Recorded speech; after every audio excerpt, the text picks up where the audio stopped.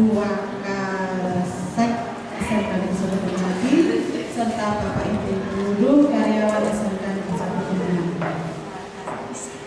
Pada pagi hari ini saya keluarga saya Pak Yudin dan juga Pak Rendra, kami akan mendiseminasikan atau mengimbaskan modul 1.4 di mana modul tersebut adalah salah satu penugasan aksi nyata pendidikan kami, yakni pendidikan calon guru penggerak. Sebagaimana kita tahu, program calon guru penggerak adalah program yang baru di mana kami termotivasi untuk meningkatkan kompetensi kami sebagai seorang pengajar di sekolah. Kami mengharap teman-teman semua juga bisa bergerak dari yang kami sampaikan di sini. Nah, berdirinya saya dan teman-teman di sini bukan berarti kami ini adalah yang lebih pintar, yang lebih segalanya dari Pak Presiden Sedoyo, tapi kita sama-sama belajar di sini, Bapak Ibu, untuk mengenal apa itu yang namanya budaya positif. Sebelum saya lanjutkan, mau berpantun sejenak, boleh Bapak Ibu? Pagi-pagi beli kuaci, ketemu nini jualan pentol aci. Betapa senang hati saya hari ini ketemu Bapak Ibu guru hebat di sekolah ini.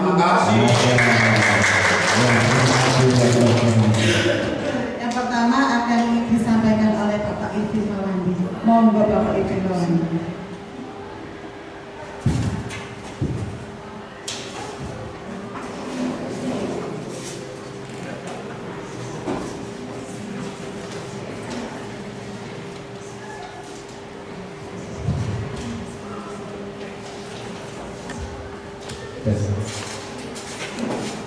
Baik, assalamualaikum warahmatullahi wabarakatuh. Selamat pagi, salam guru hebat semuanya. Terima kasih atas kehadiran Bapak Ibu sekalian, teman-teman adik guru sejawat SMKN 1 lagi. Pada kesempatan kali ini, izinkanlah kami bertiga, saya Pak Rendra, Bu Endra, CDP Angkatan 9 tahun 2023. Kali ini kami bertiga akan mensosialisasikan apa yang telah kami pelajari di pendidikan guru penggerak, yaitu sosialisasi penerapan budaya positif di SMK Negeri 1 lagi sebagai aksi nyata modul 1.4 pendidikan angkatan 9. Bapak Ibu guru hebat, salam bahagia. Kita selalu mensyukuri nikmat Allah SWT. Pagi ini kita bersama-sama untuk mensinkronkan otak kita dari otak-otak yang negatif yang tidak pernah tersinkron, maka kita clearkan tangan kita untuk menjembatani dengan budaya-budaya yang positif. Salah satu budaya positif yang saya gali di sini adalah tersenyum dengan bahagia. Makanya kita harus tersenyum dengan bahagia. Itu adalah salah satu budaya kita mensyukuri ya nikmat yang kita pelajari hari ini. Bapak Ibu sekalian, kita tahu bahwa tujuan pendidikan yang dimaksud itu adalah menuntun dalam program yang ada pada anak agar mereka mendapatkan keselamatan dan kebahagiaan. Jadi apa yang dapat kita berikan kepada anak-anak itu adalah sebuah kebahagiaan. Kebahagiaan yang seperti apa anak-anak? Yaitu kebahagiaan anak bisa mengeluarkan potensinya, mengeluarkan potensi diri untuk mempelajari apa yang mereka pelajari, terutama di lingkungan sekolah kita. Dan Ki Hajar Dewantoro itu selaku bapak pendidikan kita yang pertama, itu memotivasi atau memberikan kita sebuah pembelajaran bahwa pembelajaran itu harus berpihak kepada anak. Aset kita itu memang anak-anak. Kita sebagai seseorang yang untuk menuntun mereka untuk mendapatkan apa yang menjadi cita-cita mereka. Dan kita menuntun sesuai dengan kodrat alamnya. Kodrat alam itu apa ya? Budi pekertinya itu yang kita tuntut. dan zamannya anak-anak sekarang yang mereka ini dihadapkan pada teknologi zaman sekarang, entah itu internet, entah itu media sosial dan lain sebagainya. Itu kita hubungkan dengan teknologi, dengan pengertian alam seperti pendidikan yang baik. Ini jangan sampai kita tinggalkan. Oleh karena itu dengan tujuan pendidikan yang diberikan oleh Bapak yang jadi waktu, kita harus berpihak pada anak. Belajar itu kita asumsikan bahwa anak adalah menjadi sebuah prioritas yang utama. Jadi kita tidak student teacher, selain student teacher berpihak pada anak tadi. Yang kedua adalah positif di sekolah kita, yaitu ini atau kebiasaan di sekolah agar berpihak pada murid, mereka berkembang menjadi pribadi yang kritis, menghormat dan tanggung jawab. Kita tahu Bapak Ibu sekolah, Bapak Ibu sekalian ya, kita sudah banyak sekali yang diberikan oleh unsur-unsur pimpinan sekolah kita di sini, teman-teman di sini juga memberikan budaya-budaya positif. Ketika anak-anak mulai masuk ke sekolah, kita lihat mereka masuk ke gerbang sekolah dengan senyum yang bahagia. Mereka menuntut sepedanya, bersalaman dengan kita, mengucapkan Assalamualaikum. Apalagi kita punya budaya positif di sini 5S kita terapkan. Itu adalah sesuatu yang membuat mereka itu adalah mereka bisa diterima. Mereka bisa diterima di lingkungan kita ini dengan sesuatu yang merupakan itulah anak-anak yang diharapkan, karena mereka mengharapkan di sini ini adalah sesuatu yang ingin dibahagiakan. Anak-anak ingin bahagia untuk sekolah, memang menuntut ilmu sesuai dengan kompetensi dan keahliannya masing-masing. Tapi kebahagiaan yang mereka ada di sini itu harus kita keluarkan potensi mereka. Dan kita tahu masuk sekolah juga seragamnya juga sesuai dengan peraturan yang ada. Kemudian mereka juga berperilaku baik, santun dan lain sebagainya. Itu juga salah satu budaya-budaya tersebut yang ada di sekolah kita. Konsep utama dari budaya positif adalah perubahan paradigma belajar, disiplin positif, kebutuhan dasar manusia, motivasi perilaku manusia, restitusi. Nanti akan dijelaskan teman-teman kita tentang apa itu yang namanya dengan segitiga restitusi, kemudian keyakinan dan segitiga restitusi. Yang pertama, perubahan paradigma belajar. Kita mengetahui bahwa saya belajar baru kali ini kita mengetahui kalau kita belajar itu mentransferkan ilmu pada anak-anak.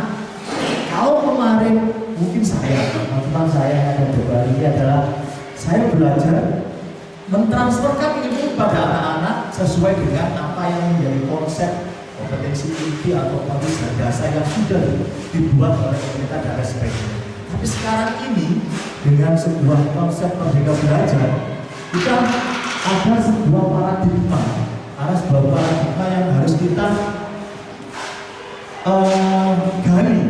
gali. Anak-anak itu belajar itu dengan model yang seperti apa? Apa yang mereka mau kita kembangkan, bukan kita untuk selalu mencentoki dan lain sebagainya. Kita harus menggali potensi anak-anak untuk mencapai ketuntasan dalam belajar. Nah, dalam membangun budaya positif,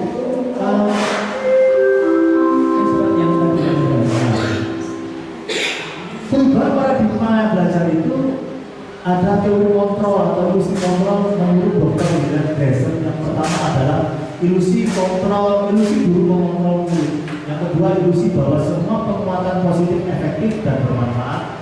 Ilusi bahwa kritik dan membuat orang merasa bersalah dapat menguatkan karakter. Ilusi bahwa orang biasa memiliki hak untuk merasa. Nah, ini kalau kita terapkan yang kemarin kita itu terasa sebuah hayal-hayal, ilusi. Kita mau belajar anak-anak dengan konsep yang kita terapkan. Ternyata apa yang mereka dapatkan dari kita belum tentu mereka itu bisa atau mengetahui apa yang kita inginkan. Nah, ini adalah sebuah proses dari kita, proses dari Bapak Ibu guru sekalian. Bagaimana membuat sebuah kelas itu sesuai dengan paradigma untuk berpihak pada anak itu, karena apa yang kita lakukan yang selama ini, saya terutama dari teman-teman yang di ini belajar, karena kemarin itu kita mengilusi bayangkan apa yang kita dapatkan di buku kita transferkan kepada anak harus sesuai dengan anak harus sesuai dengan konsep yang ada pada kurikulum di sebuah satuan pendidikan tersebut. Memang kita harus berpacu pada kurikulum, tetapi tidak semuanya kita pakai, tidak semuanya kita pakai. Yang berikutnya, nah, disiplin apa makna dari disiplin itu? Berasal dari bahasa Latin, disiplin adalah belajar. Jadi ternyata disiplin itu kita belajar dari apa saja. Kita bisa belajar dari lingkungan, kita bisa belajar dari apa yang kita dapatkan di sekolah, di masyarakat, kemudian di hal-hal yang tentunya apa yang kita lihat, apa yang kita rasakan, apa yang kita dengar, itu adalah konsep kita belajar. Dan disiplin dari kata bina itu memang kita belajar dari apa yang kita lihat, yang kita dengar, yang kita rasakan. Semuanya kita harus mempelajari itu. Jadi belajar. Semua yang kita sebagai manusia yang hidup di dunia ini, maka kita mengkonsepkan diri kita menjadi orang yang disiplin, tentunya dengan selalu menerapkan konsep belajar. Next, jadi kalau disiplin adalah kemampuan memerintah diri sendiri dalam mengontrol dan menguasai diri untuk memilih tindakan yang mengacu pada nilai-nilai yang kita hargai dengan penuh tanggung jawab tanpa terperintah orang lain. Nilai-nilai yang kita hargai adalah nilai-nilai kebajikan, sifat positif manusia yang merupakan tujuan mulia yang ingin dicapai setiap individu, yaitu nilai dalam profil pelajar Pancasila. Jadi jenisnya nanti kita itu adalah ada sebuah nilai dalam diri profil pelajar Pancasila. Apa nilai dari profil pelajar Pancasila itu?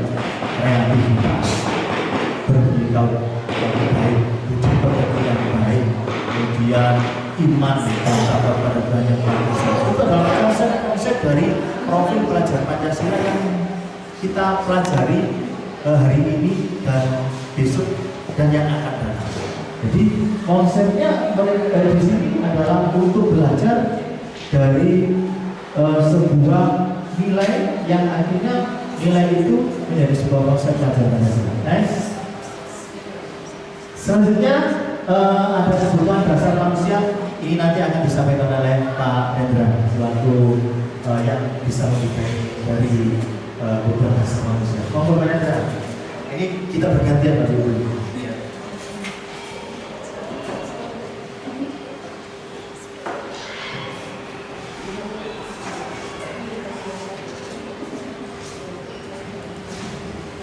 Terima kasih Pak Ibu. Baiklah Bapak Ibu, berikutnya adalah punya karakter ya. Di sini yang kita utamakan adalah karakternya. Oke, dari kebutuhan itu ada beberapa kebutuhan yang akan kita bahas, yaitu yang pertama yaitu mengenai kesenangan. Jadi ini emosional antara diri ketika menuju siswanya, bukan menggendong ya. Kalau menggendong kemarin panjenengan sudah tahu apa menggendong dan menuju. Kita tuntut juga kita dengan penuh kasih sayang. Maka nantinya kalau ibarat di sepongsong itu adalah malika atau kedelai hitam, kita rawat dengan penuh kasih sayang, maka akan menghasilkan kecap. Kecap itu pasti nomor 1. Gak ada kecap nomor 2, pasti nomor 1. Kemudian ada juga kebebasan ya, ada kebebasan. Jadi kebebasan bukan bebas sebebas-bebasnya, tapi bebas yang masih ada koridor atau keterkaitan antara aturan yang ada. Jadi tidak kita lepaskan. Seperti kalau diibaratkan kita main layang-layang, kadang kita itu anak-anak dulu dan juga ada yang ditarik, sehingga masih tetap dalam situasi. Ini ada sebuah kasus. Kasusnya ini ada Ibu Dia, guru kelas 6 SD, sedang demo menghadapi ulah seorang salah satu murid bernama Agus ya. Agus nggak ada yang lain karbohidrat. Beberapa anak telah datang mengeluhkan Agusnya yang seringkali meminta bekal makan siang mereka dengan paksa. Jika Anda menghadapi situasi seperti dia, apa yang akan Anda lakukan? Menurut Anda, kira-kira apa alasan Agus? Adalah Agus ini sering meminta bekal. Nah, seperti anak didik kita sekarang, kita lihat di ketika di pikiran lorong-lorong pasti anak didik kita itu membuka bekalnya. Nah itu, kalau saya lihat budaya positifnya anak-anak itu bekalnya ya aku iwa apa. Nah itu saling tukar menukar. Tapi tidak, Agus ini salah satu siswa nggak bawa bekal tapi minta temannya. Wah ini. Nah kira-kira kalau panjenengan sebagai seorang guru atau wali kelas melihat kelakuan anak didik kita yang seperti ini, kita apakan? Nah, kalau berdasarkan apa? Kita itu pasti apa seperti itu, pasti kita hukum ya. Biasanya kita akan seperti itu. Tapi sekarang boleh nggak boleh dihukum? Oh sekarang nggak boleh dihukum. Nah, kita sebagai guru sekarang itu harus low profile atau low profile, nggak boleh hukum anak, omongannya ngelonong, nggak boleh menyakiti, nggak boleh. Ya memang terkadang tidak sesuai dengan batin kita, tapi kalau kita pikir ke dalam, kita kembali ke masa lalu ketika kita masih SD. Saya masih ingat Bapak Ibu, kalau SD mengerjakan matematika 10 soal, guru matematika saya, kamu sendiri itu pasti dia per hari. Kalau salah satu ini harus pentolnya ini dibuka. Ya, kantoran itu berarti apa? Kaos kakinya diturunkan, disambut sama ngambut cetek situ, salah 10 ya Bu. Tapi sekarang nggak boleh seperti itu, harus diingatkan, ditanya dulu apa alasannya. Nah, itu mari berarti hukuman atau konsekuensi ya. Kita harus tahu apa itu hukuman dan apa itu konsekuensi. Nah, itu ada beberapa contoh. Lari mengelilingi lapangan 2 kali karena terlambat hadir di sekolah. Ini seringkali dulu saya lakukan, terus terang mau gitu. Ini adalah aib saya, wes nggak apa-apa saya lakukan. Kalau konsekuensinya itu membersihkan coretan yang dibuatnya di meja tulis. Nah ini sebuah, nah ini seringkali kita temui di anak-anak kita. Nah, konsekuensinya apa? Kemudian ada hukuman juga, murid diminta untuk push up 15 kali karena tidak menggunakan apa masker ke sekolah. Nah ini, oh kurang Bu Enda. Saya itu 30 kali ya kurang. Nah, kemudian konsekuensi menggantikan kertas tugas teman yang lebih di coret-coretan. Menurut panjenengan kira-kira cocok mana hukuman atau konsekuensi? Lebih ramah mana? Kita menghukum atau kita beri konsekuensi? Kalau hukuman kan berdasarkan kemauan kita, kalau konsekuensi pasti ya semua perilaku memiliki tujuan. Nah, ada motivasi eksternal, ada motivasi internal. Nah, yang internal ini berasal dari diri sendiri, kalau eksternal berasal dari orang lain. Nah itu lebih baik yang internal karena apa? Tumbuh dari hatinya atau kesadaran anak-anak ketika berdisiplin. Kalau mereka sadar dari dirinya sendiri, itu akan bertahan lama, mungkin sampai akhir hayat. Tapi kalau kita yang beri berjalan seperti saya, ayo baru dimasukkan. Ketika saya tidak di situ, saya sudah pergi, pasti bajunya sudah dikeluarkan kembali. Hukuman dan sanksi atau konsekuensi. Ya, terus ambil. Nah ini restitusi posisi kontrol guru. Ada beberapa posisi kita sebagai guru. Yang pertama yaitu penghukum. Nah, kemudian membuat rasa bersalah. Kemudian kita menjadi temannya murid kita. Kemudian kita sebagai pemantau, ada kelompok itu ya lihat saja pantau. Kemudian sebagai manajer. Nanti panjenengan pasti akan di dalam hatinya, aku berada di posisi mana? Saya seorang manajer atau saya hanya cuma seorang penghubung? atau memberi hukuman sanksi kepada peserta didik kita. Oke, Pak Ibu. Nah, ini posisi kontrol kita sebagai guru. Kalau sebagai penghukum, kita cuma kasih hukuman saja. Wes anak salah kita hukum selesai. Jadi di situ. Kalau posisi kita sebagai anak itu bersalah, kita tanya. Jadi anak itu harus merasa bersalah. Seperti permasalahannya aku. Gus, kenapa kamu kok makan bekalnya temanmu? Ya. Nah, apakah tindakan itu salah atau benar? Kita tanya. Salah Pak. Oh ya berarti kamu sadar bahwa kamu itu kalau makan bekal temannya itu kamu salah. Nah ini posisi seperti itu. Kemudian sebagai teman. Nah, sebagai teman kita memposisikan kita itu guru tapi sebagai teman anak-anak berarti kita harus mengerti anak-anak dan anak-anak mengerti dengan kita. Nah, kalau sebagai posisi manajer kita harus memiliki cara atau memberikan solusi-solusi dari permasalahan apa yang sudah dilakukan oleh kita.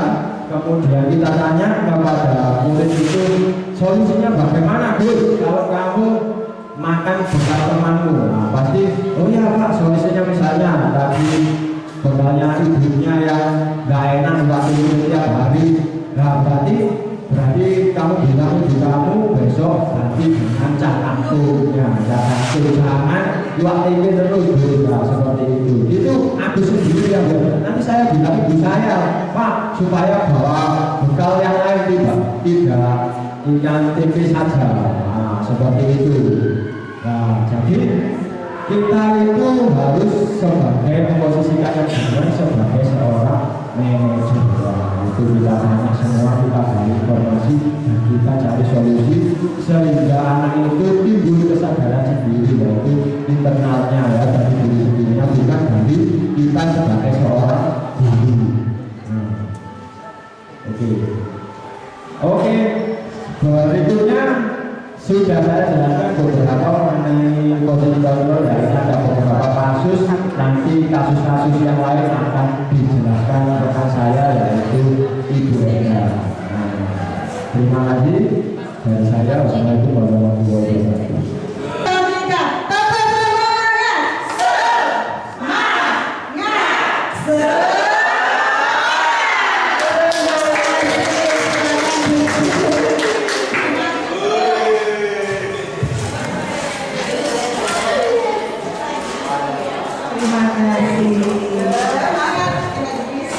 Sebelumnya itu tadi bapak-bapak yang hebat dan ganteng sudah menjelaskan tentang budaya positif dari bapak ibu. Sebenarnya di sekolah kita ini kan sudah ada budaya positif di menikah 5S ya. 5S itu kan senyum, sapa, salam, sopan dan santun kata bapak ibu. Nah, cuman mungkin karena kita kan banyak pembimbingnya, jadi pun berbeda karakternya juga.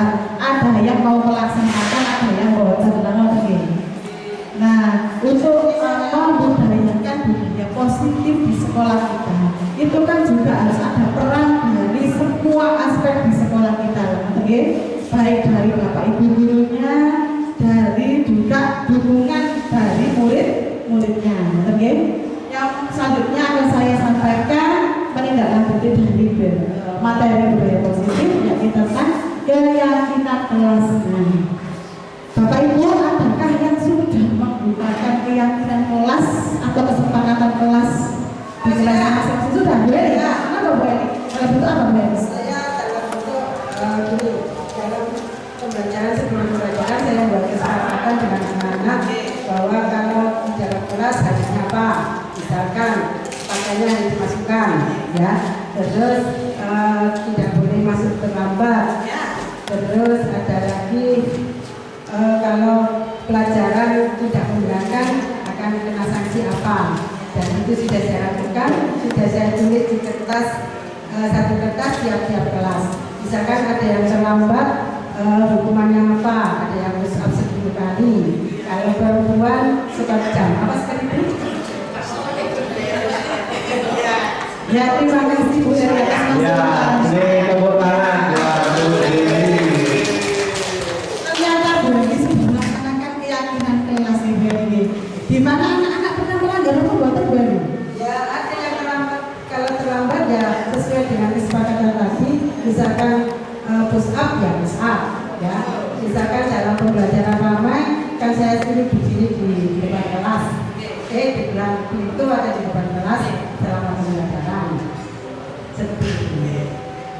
Ya Bapak Ibu, mungkin materi ini sebenarnya itu saya merasa tersentil sebenarnya Bapak Ibu. Selama ini saya keliru, saya keliru.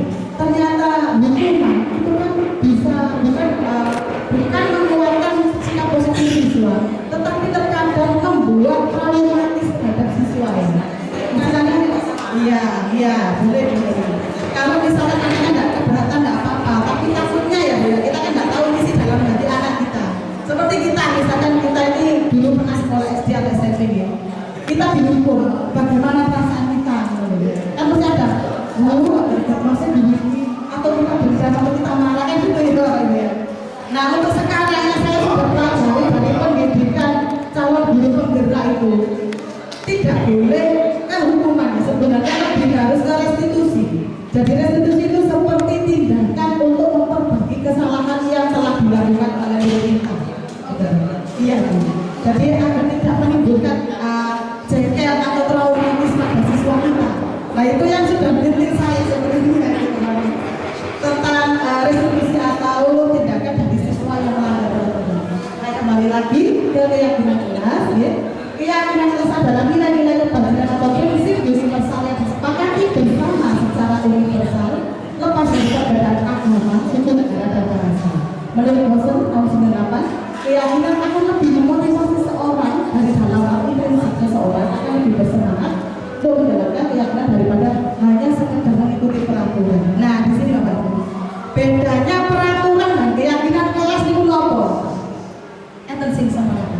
Apa Pak Marli? Apa Pak Marli? Kayak semangat sekali Pak Marli.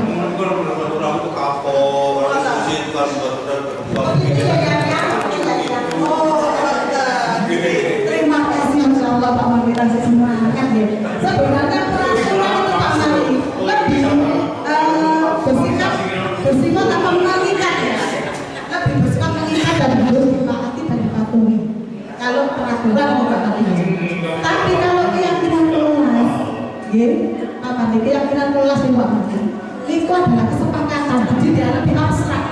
Kalau peraturan itu lebih rinci dan konkret, jadi sesuatu yang rinci dan konkret itu adalah peraturan. Tapi kalau yang misalnya keyakinan kelas itu adalah kesepakatan antara guru dan murid itu lebih bersifat abstrak, ya. Dan setidaknya itu sudah kesepakatan sehingga murid kita itu merasa melanggar itu harus kesepakatan murid ya kalau seperti itu lebih ke kesadaran dirinya.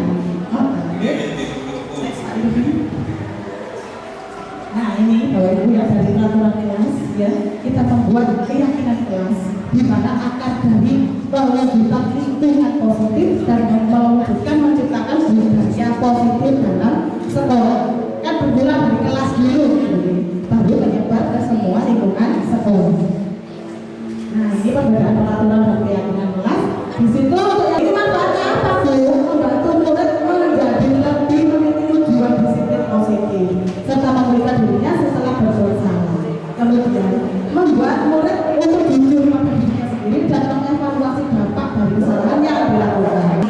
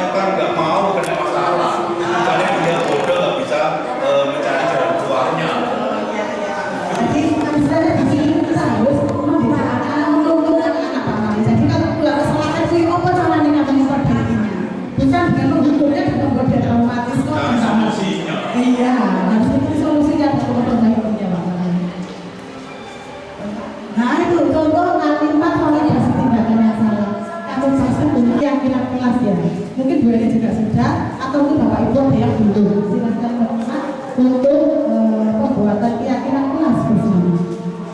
Videonya, alangkah baiknya Bapak Ibu untuk menanggapi, mungkin ada pertanyaan dari apa yang sudah kami jabarkan bertiga.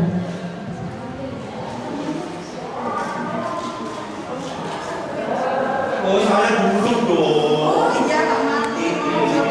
Oke, terima kasih. Silakan tanyanya ke Bu Enda ya, Ya, Bu Enda. Oke, Bapak Yu, monggo.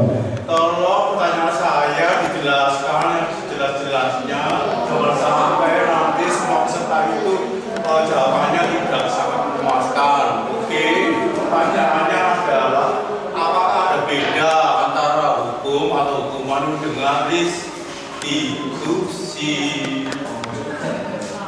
Perbedaan yang nyoro itu apa? Silakan Benda, dijawab Benda. Pak Marlin akan saya jawab Pak Marlin. Ya. Jelas-jelasnya Pak Marlin. Jadi ada perbedaan Pak Marlin antara hukuman dan samaran itu nih. Kalau hukuman itu lebih ke segera dilakukan setelah kesalahan itu dilakukan. Jadi lebih ke apa ya Pak Marlin? Lebih ke Berbuat salah dulu. memberikan konsekuensinya itu secara langsung setelah pelanggaran itu terjadi, dan itu biasanya lebih cenderung membuat anak itu trauma atau marah atau kecewa seperti itu. Hukumannya. Hukuman. Kalau restitusi, Karena yang tadi yang misalkan nasinya itu ya nggak apa-apa, apa yang dulu yang harus nggak terima. ya itu aman. Pada saat terjadi itu, misalnya melibatkan itu wali kelas aman. Itu kan kejadiannya di dalam kelas. Itu bisa melibatkan wali kelas dengan memanggil anak tersebut, memanggil si Agus tadi ya. Kalau restitusi Pak Marli bisa fokus sebentar. Kalau restitusi itu, ya, jadi perbaikan dari pelanggaran yang telah dilakukan. Itu Pak Marli. Jadi lebih ke memperbaiki atau tidak apa solusi memperbaiki kesalahan yang dilakukan. Seperti itu. Beda dengan hukuman Pak Marli.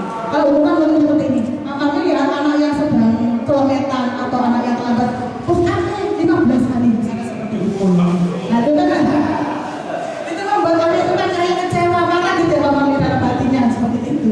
Beda dengan restitusi. Boleh salah itu yang ini. Sebenarnya bagaimana nih? Harus seperti apa? Kamu maunya memperbaikinya seperti apa? Seperti itu Pak Marli. Jadi kan dia membuatnya jurangnya gini. Oh aku mau berarti aku harus memperbaiki kalau ini gitu. Nah tenang lagi Pak Marli. Nah ini pertanyaannya. Ya, bagus sekali ini pertanyaannya Bang Marli. Kita bahas Pak Ibu, biar lebih mantap gitu.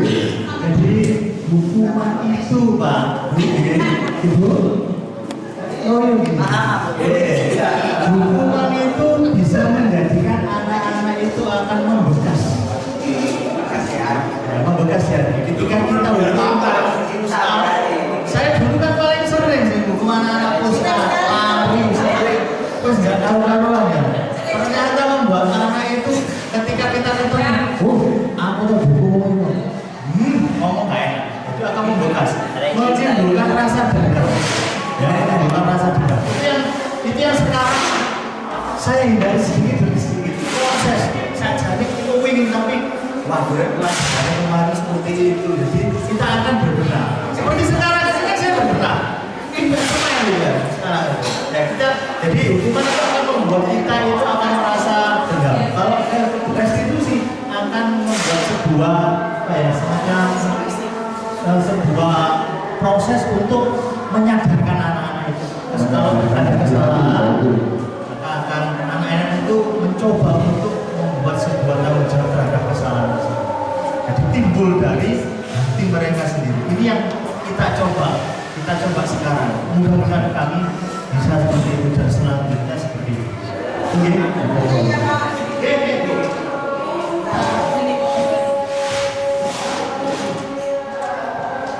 Assalamualaikum warahmatullahi wabarakatuh. Waalaikumsalam warahmatullahi wabarakatuh. Saya menanyakan mengenai yang saya buat kesepakatan tadi adalah itu saya tidak menentukan hukuman, tapi berdasarkan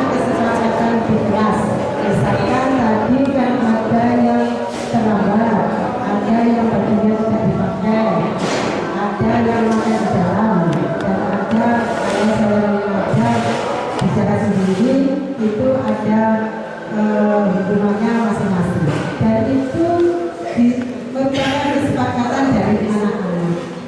Apa itu termasuk yang dibahas oleh Pak Menteri, termasuk hubungan dari Bapak Ibu atau termasuk yang mana? Oke, terima kasih Bu Eli. Nah, jadi yang sudah dapat dengan lakukan itu yang kesepakatan kelas. Nah, kesepakatan ini nantinya akan menjadi sebuah keyakinan kelas. Dan kita masuk di sini keyakinan kelas itu, anak itu berpikir nanti nggak harus dihukum. Kalau dari tadi kan, kalau saya misalnya bicara dalam kelas, saya akan mendapat hukuman A misalnya. Nah, itu masih belum ya. Tapi kalau kesepakatan kelas, anak itu disadarkan dari dirinya bahwasanya kalau saya melakukan hal ini, saya itu salah. Jadi saya tidak akan melakukan lagi. Ya, seperti itu yang di konsep kita institusi, seperti kita sebagai manajer. Jadi kita mampu anak-anak menjelaskan ke anak-anak kita ganti kita itu artinya supaya ini itu salah. Jadi saya itu misalnya seperti ini. Kalau saya meninggalkan sholat saya salah, saya pasti dosa. Makanya saya harus sholat. Nah, seperti itu. Kalau saya bicara dalam kelas ketika guru saya menjelaskan saya salah, berarti saya tidak boleh bicara dalam kelas dan saya harus menerima. Itu intinya di situ. Ngatur mau, tahu jelas. Matur nuwun.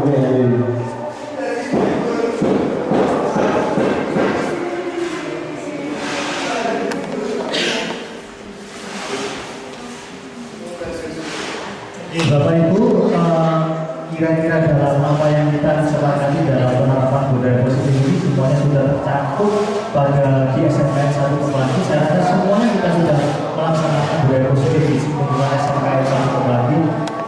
Mudah-mudahan apa yang kami sampaikan pada forum sosialisasi tentang budaya positif di sekolah kita ini bisa berjalan dengan baik, dan mudah-mudahan kita bisa menerapkan budaya positif di kelas kita, diri kita, dan terutama untuk sekolah kita di SMKN 1 Kemlaki. Dari saya kembalikan kepada Ibu Pembawa acara untuk mengakhiri kegiatan hari ini.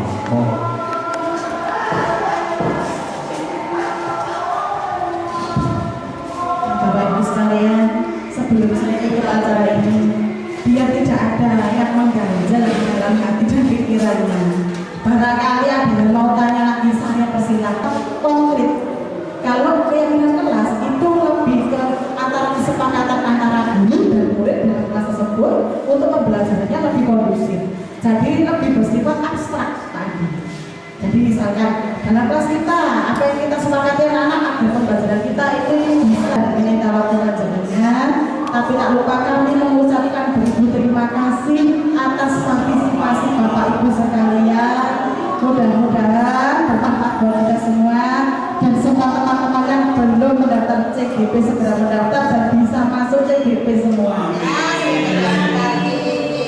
Sebelum saya tutup, saya ingin biar dulu gitu, bahwa biarnya kami bertiga itu adalah tergerak, bergerak dan menggerakkan itulah semboyan kami, dan semoga semuanya bisa tergerak untuk ikut CGP.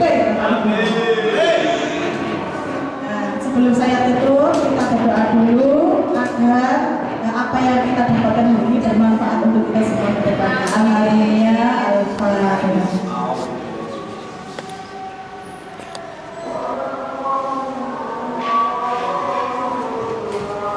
Terima kasih Bapak Ibu. Saya mohon maaf, kami mohon maaf semua apabila dalam penyampaian kami ada kekurangan, karena kekurangan sendiri adalah pemilikan kami, kesempurnaan dari Allah. Wabillahi taufiq wal hidayah, wassalamualaikum warahmatullahi wabarakatuh.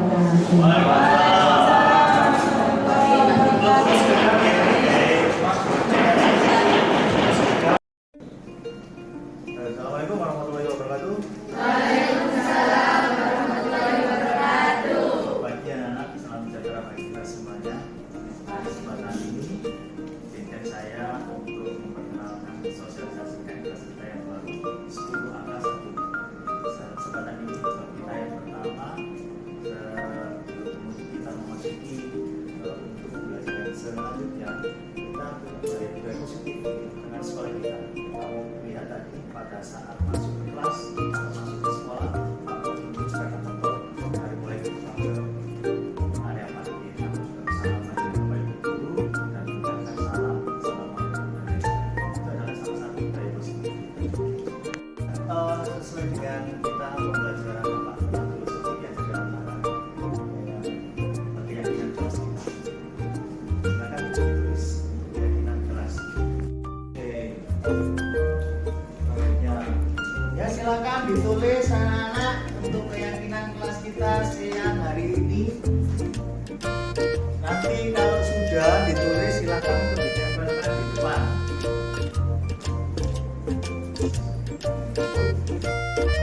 Anak-anak kalau sudah menulis di laptop keyakinan kelas silakan untuk ditempelkan di depan.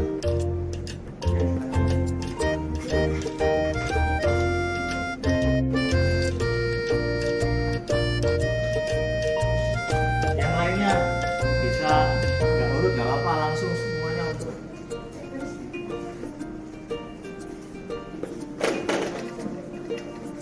yang lainnya bisa untuk di sini, bisa di sini.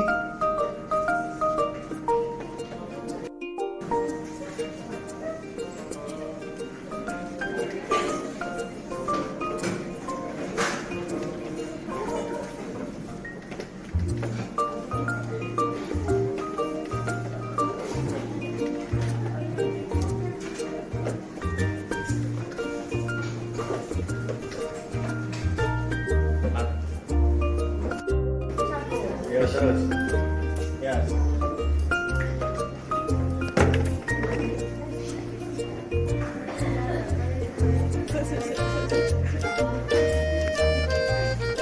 Terima kasih anak sudah menempelkan stiker untuk keyakinan kelas di sini. Saya bacakan untuk keyakinan kelas di sini. Untuk masuk ke pelajaran saya banyak yang menulis menjaga kebersihan. Kemudian berdoa dan berdoa sebelum dan sesudah. Kemudian membawa air minum. Kemudian di situ dilarang membawa HP, dilarang membeli PR, dilarang jajan, tidak boleh. Baik, terima kasih sudah membuat keyakinan kelas di kelas kita. Saya ucapkan terima kasih. Selanjutnya mari kita memulai pelajaran kita untuk hari ini.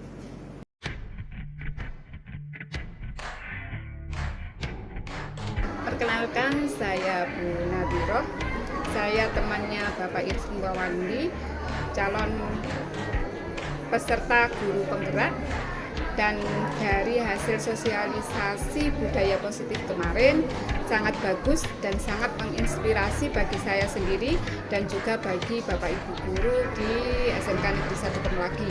Semoga dengan sosialisasi budaya positif seperti itu akan terlaksana dan terrealisasi di SMK Negeri 1 Permulagi. Terima kasih, semangat Pak Irfin.